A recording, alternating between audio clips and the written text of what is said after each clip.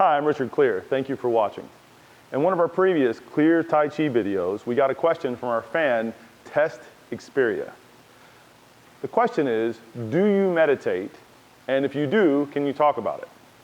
And my answer to that is that there are some meditations that I do that are, I'm not sure what people are calling meditation because there's a lot of different kinds of meditation. And there are some that I don't do. And the ones that I do are all the ones like basically think of your Qigongs and breathing and internal body focus and things that are obviously giving you skill sets because of what you're doing with your body and with your mind directly and that kind of thing. So there is a powerful meditation that I give to all of my Tai Chi students in level 1 of the Clear Tai Chi program, and it's called bone marrow washing. If you research this meditation online, you are likely to see a growing consensus among scholars that this is the kung fu of legend kind of stuff. They tend to argue about if it ever really existed or if the training has been lost to history. Actually, the training was preserved in the indoor system of my Tai Chi lineage.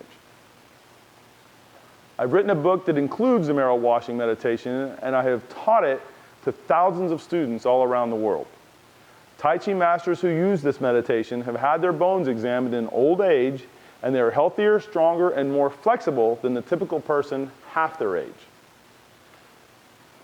So one of my teachers, Master Ma, there is a scan of his hip, and because of the marrow washing he got, and some of it directly within the Tai Chi practice, there you see his bones at like 90, and you see somebody who's at the age of 50, and his bones were twice as dense and had twice the amount of good, healthy marrow in it as someone a lot younger than him. The method I use is a meditation that involves a breathing method and some internal work, mind work, and it is a Qigong exercise or an internal work exercise.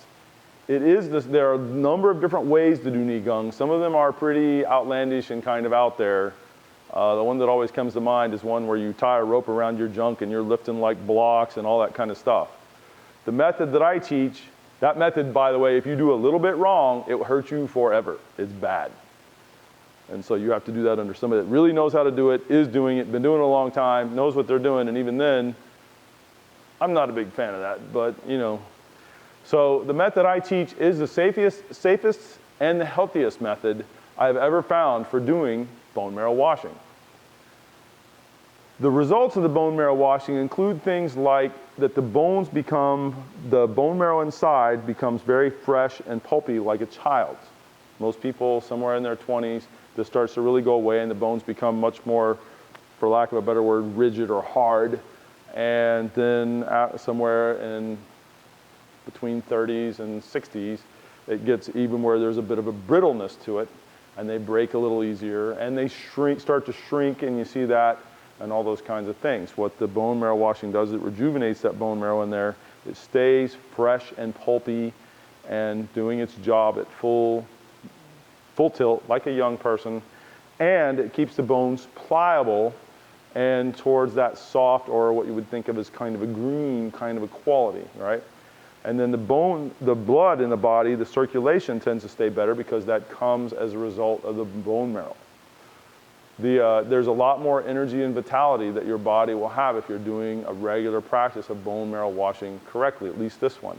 It's adding life to you and energy to you that is useful just in your daily life all day long, and then can be used for other things as well. And so one of the things that I do when I'm demonstrating bone marrow washing, I will let someone kind of flex my arm so that they can see that even at the age of 55, that my bones are flexible in the way that a child's are flexible because of that training. And we have, every once in a while, I've got medical people who study for me, and they'll see that, and I've had more than one that was a surgeon, and he saw them, of course, flexing my arm a little bit, and off to the bathroom he went. And so I hope it doesn't have that effect for you, but we're gonna let you see that. So if you'll come out and help me out here, and so we're gonna kneel down here so he can put my arm over his knee, and he's gonna bend that so that you can see it, and notice my wrist bone is down here. There's that, and go ahead. And then put your hand actually on on that and not on the wrist, because otherwise maybe the wrist is bending, and I'm getting you away from the wrist so that they can see that bend and see that that's going on. There you go. Keep going, keep going, keep going, keep going, keep going, keep going, keep going, keep going, and let it come back. And you may not have realized how far he took it out till we let it come back like that. And it's no problem, no pain, no nothing, and my whole body pretty much will bend that much. And it's nice because if something gets knocked into me normally, as opposed to crunch, it'll just kind of indent, or like when I broke my back in 4 places, it cracked places where it could have shattered them for my age 2 years ago that I broke the back. And the discs are all fine and spongy, none of the discs got damaged. And so it protected me and actually saved my life as far as I can tell, and from what the doctors have told me.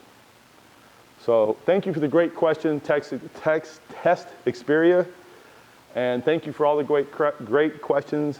I will do my best to answer them, so please keep them coming.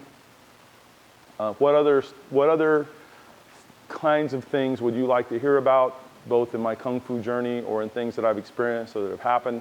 Anything you'd like to hear about like that, please let us know.